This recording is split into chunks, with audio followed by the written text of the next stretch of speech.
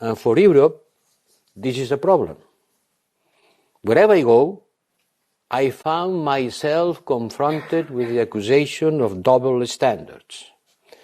I used to say to my ambassadors that diplomacy is the art of managing double standards. Certainly something difficult, but it is about to manage double standards.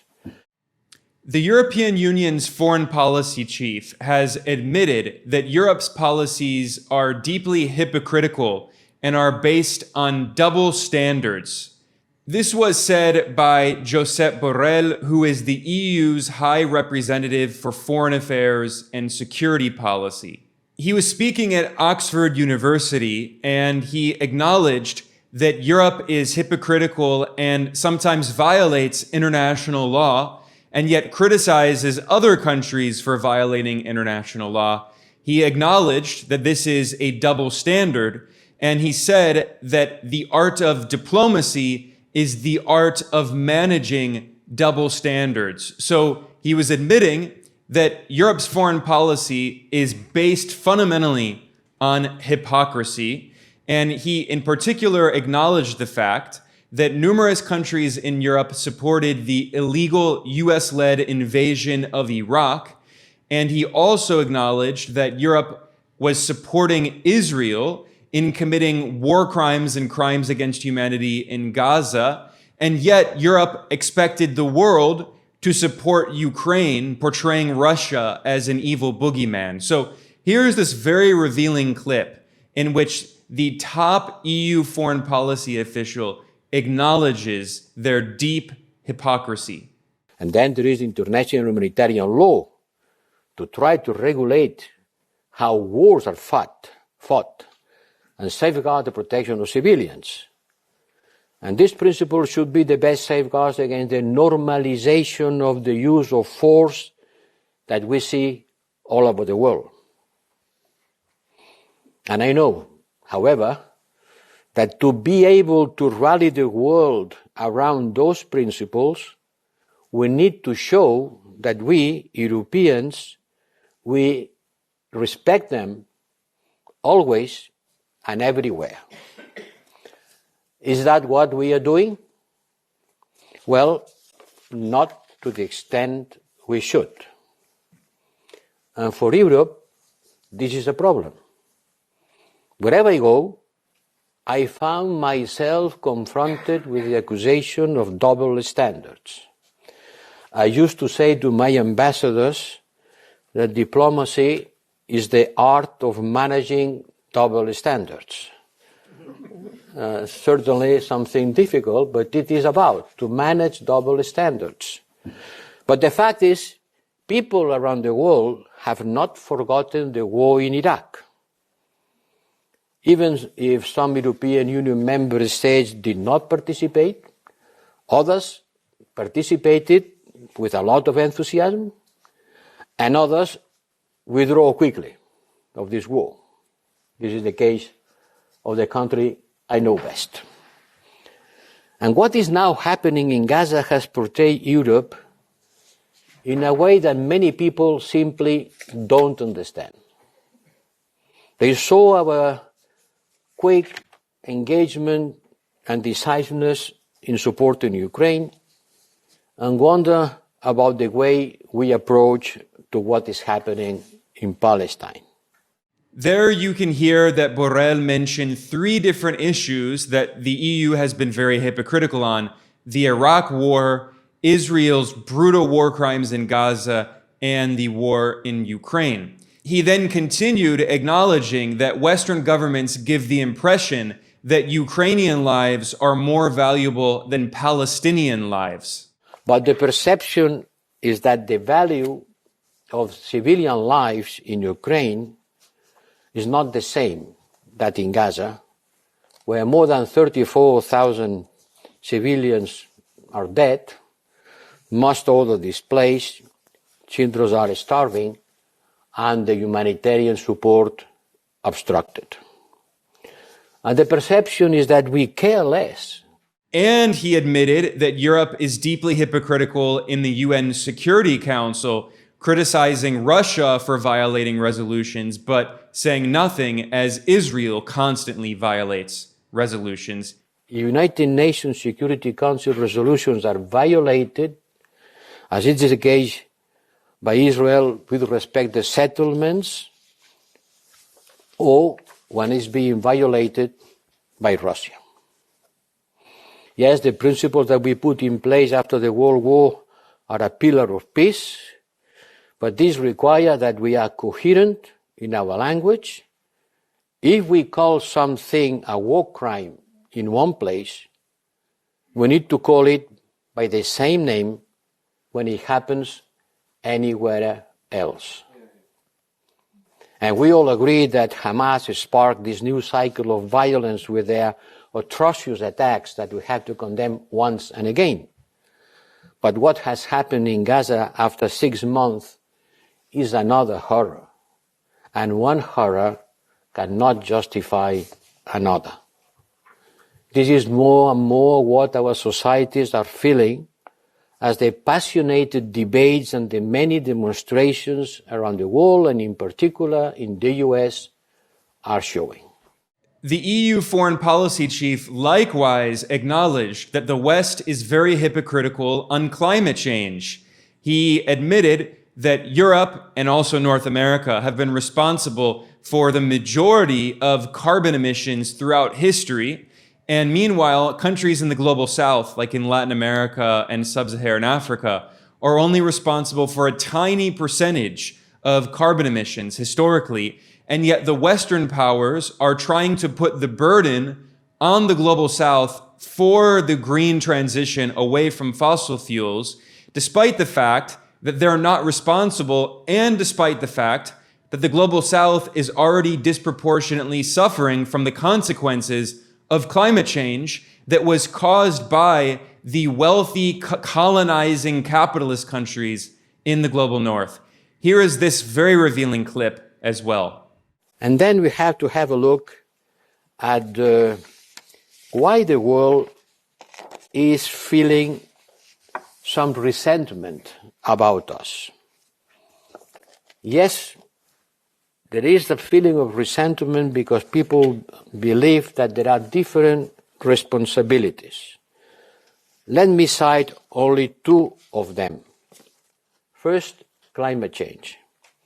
We Europeans, we have produced about 25% of all cumulated global CO2 emissions since the beginning of the Industrial Revolution. Africa, 3%. Latin America, 3%. Sub-Saharan Africa and South Americans, almost nothing of the responsibility, and they shared the most important and damaging consequences. So when we talk about fighting climate change, we have to understand their views and the feeling that this is a problem that someone has created and others pay the consequences. And the only possible answer is to provide more resources in order to face this problem. More resources. But it has not been the case. Now, it is very refreshing to hear a Western official speak so honestly, but we should not kid ourselves. Josep Borrell is definitely not an angel. In fact, on the contrary, he has been a pretty horrible foreign policy chief for the European Union. He was appointed in 2019 for a 5-year term. So at the end of 2024, he will be finishing his term.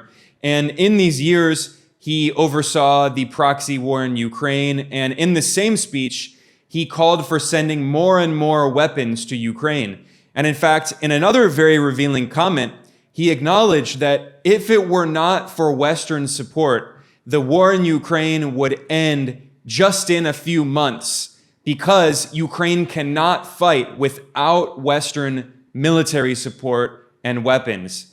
Here is a very revealing clip in which he acknowledges that the Western powers are responsible for fueling this war, and he insists that they must continue sending more weapons to Ukraine because they cannot allow Russia to win. So essentially, they're willing to fight to the last Ukrainian. Listen here.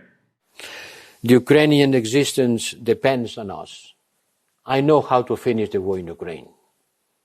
I can finish the war in Ukraine in a couple of weeks, just by cutting the supply. If I cut the supply of arms to Ukraine, Ukraine cannot resist. They will have to surrender, and the war will finish. But is this the way we want the war finished? I don't want. And I hope that many people around Europe doesn't want neither. By the contrary, we will do whatever we can in order to provide the Ukrainians with the military and political support. So Josep Borrell is by no means an anti-war activist or a peace supporter. He very much is a European imperialist, but he's an interesting politician because over the past few years, he has had a few moments in which he spoke very bluntly, very honestly about reality. In February 2024, Borrell published an article that was shockingly blatant in which he acknowledged that, quote, the era of Western dominance has indeed definitively ended. He warned that the Western powers have been trying to divide the world into, quote, the West against the rest. And he acknowledged that, quote, many in the global South accuse us of double standards. I did a video and a report about that, which I will link to in the description below. In fact, in the speech that Borrell delivered at Oxford University, which I began this analysis today by looking at, in that speech, he made another very similar remark. He acknowledged that the United States has lost its status as the global hegemon. I see the international system that we were accustomed to after the Cold War no longer exists. America has lost its status of a hegemon. And he conceded that China's rise has fundamentally reshaped the global economy. And today, China represents nearly 20% of the world's economy when its GDP is measured at purchasing power parity, whereas the US only represents around 14%, and the European Union represents under 16%. And this is a massive shift from just 30 years ago, when China only made up 5% of the global economy, and the US and the EU each represented around 20% of world GDP. Here is this clip from the EU foreign policy chief. I see, as you know, China rising to the superpower status. What China has done in the last 40 years is a unique in the history of mankind. In the last 30 years, China's share of the world GDP at PPP has gone from 6% to almost 20%, while we Europeans, we went from 21 to 14%, and the US from 20 to 15. This is a dramatic change on the economic landscape. And China is becoming a rival for us and for the US, not just in manufacturing cheap goods, but also as a military power, as the forefront of technological development, and building the technologies that will shape our future. China has embarked in a friendship without limits, although all friendships has limits, with Russia, which signals a growing alignment of the authoritarian regimes in front of democracies. In that same speech at Oxford, the EU foreign policy chief acknowledged that the world is becoming more and more multipolar as Western hegemony has declined. And in particular, he discussed the BRICS countries and how they refuse to simply pick a side in the new Cold War that the West is waging, trying to divide the world into blocks. Instead, countries like Brazil, India, South Africa, Turkey, they are refusing to simply pick a side, and they are maintaining a non-aligned foreign policy and maximizing their autonomy, as he said. I said the world is much more multipolar. Yes, that's true. Middle powers, India, Brazil, Saudi Arabia, South Africa, Turkey, are emerging. They become important actors. Whether they are BRICS or not BRICS, they have very few common futures, except the desire of getting more status and a stronger voice in the world, as well as a greater benefit for their own development. And in order to achieve this, they are maximizing their autonomy, not willing to take side, hedging one side or the other. In another very revealing comment that Borrell made back in 2022, he pushed back against this idea that has been promoted by US President Joe Biden that the new Cold War that the US is leading against China and Russia is a so-called battle between democracy and autocracy. And the EU foreign policy chief admitted in this rare moment of honesty that in reality, that there are many autocratic authoritarian regimes on the West side. The West has many authoritarian allies. It is not a battle between so-called democracy and autocracy. This will coexist with a broader democracies versus authoritarians, a big divide. I wouldn't insist a lot on it, because in our side, there are a lot of authoritarian regimes.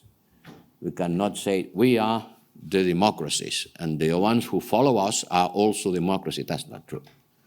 That's not true. In yet another revealing speech in 2022, Josep Borrell acknowledged that the West's prosperity in the neoliberal era and the era of US-dominated hegemony after the overthrow of the Soviet Union and the end of the First Cold War in the 1990s and 2000s, he acknowledged that in that era, the West's prosperity was based on China and Russia. Cheap consumer goods from China and the big Chinese market for Western exports, and also cheap energy, gas, and commodities from Russia. Here is yet another example of one of these revealing quotes from Josep Borrell. So our prosperity was based on China and Russia, energy and market. US takes care of our security, China and Russia provide the basis of our prosperity. This is a world that is no longer there.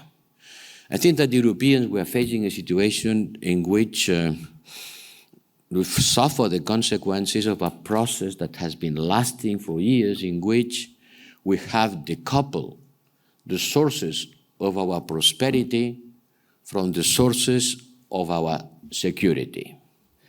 This is a sentence to provide a headline. And I'm taking that from Oliver Smith, who has been developing this thesis, I think, quite well. Our prosperity has been based on cheap energy coming from Russia, Russian gas, cheap and suppose affordable and secure and stable, which has been proved not the case, and the access to the big China market for exports and imports, for technological transfer, for investment, and for having cheap goods. I think that the Chinese workers, with their low salaries, has done much better and much more to contain inflation than all the central banks together. So our prosperity was based on China and Russia, energy and market. But like I said earlier, Borrell has in many ways been an awful foreign policy chief for the EU, because although he has said some of these very honest comments every now and then, he has also been blatantly racist and made other frank comments in which he revealed that many elites in Brussels and in the European Union overall, they see themselves as superior to the rest of the world. They think that the rest of the world consists of barbarians.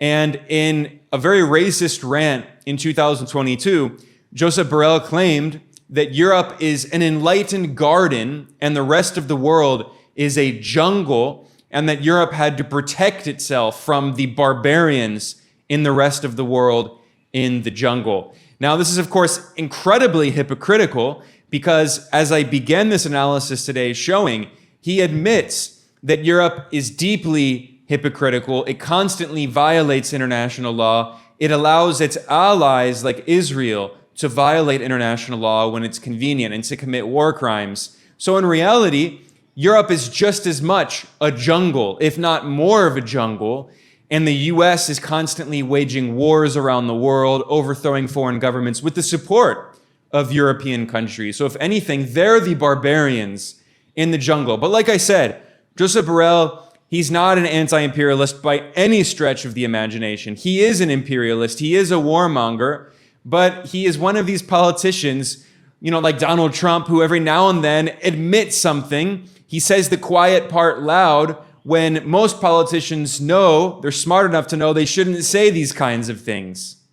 Now, in the other speech at Oxford University in 2024, Borrell basically repeated this argument, and we can see an example of European exceptionalism. We know about American exceptionalism. Well, here is another example of very arrogant European exceptionalism in which Borrell claims that the European Union has created the best quality of life, the best social system ever in humanity. Europe, the European Union, but more than the European Union, the way of living of the Europeans, this best combination of political freedom, economic prosperity, and social cohesion that the humanity has never been able to invent is certainly in danger. And in the meantime, to continue fighting to make the values and principles that make Europe what it is, I said at the beginning, the best combination of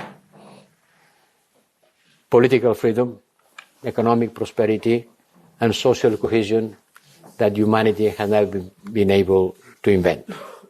So as I wrap up, I just want to once again reiterate that Borrell has been quite reprehensible as an EU foreign policy chief, but I think it's very important and useful to look at some of these speeches that are given by European elites when they're speaking to fellow elites at universities like Oxford, because we can see what they actually say behind closed doors. He knew this was being recorded. He knew that the speech would be published. So I really want to hear what they say when they know they're not being republished and they're not being recorded.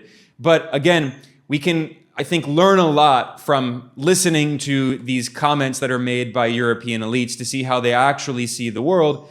And we can understand that this very arrogant, imperialist, neo-colonialist view of the world is very much still alive, but they lament the fact that Western hegemony is in decline, which explains this very aggressive foreign policy against Russia, against China, against other countries, because the Western powers are desperately trying to grasp on to their declining hegemony.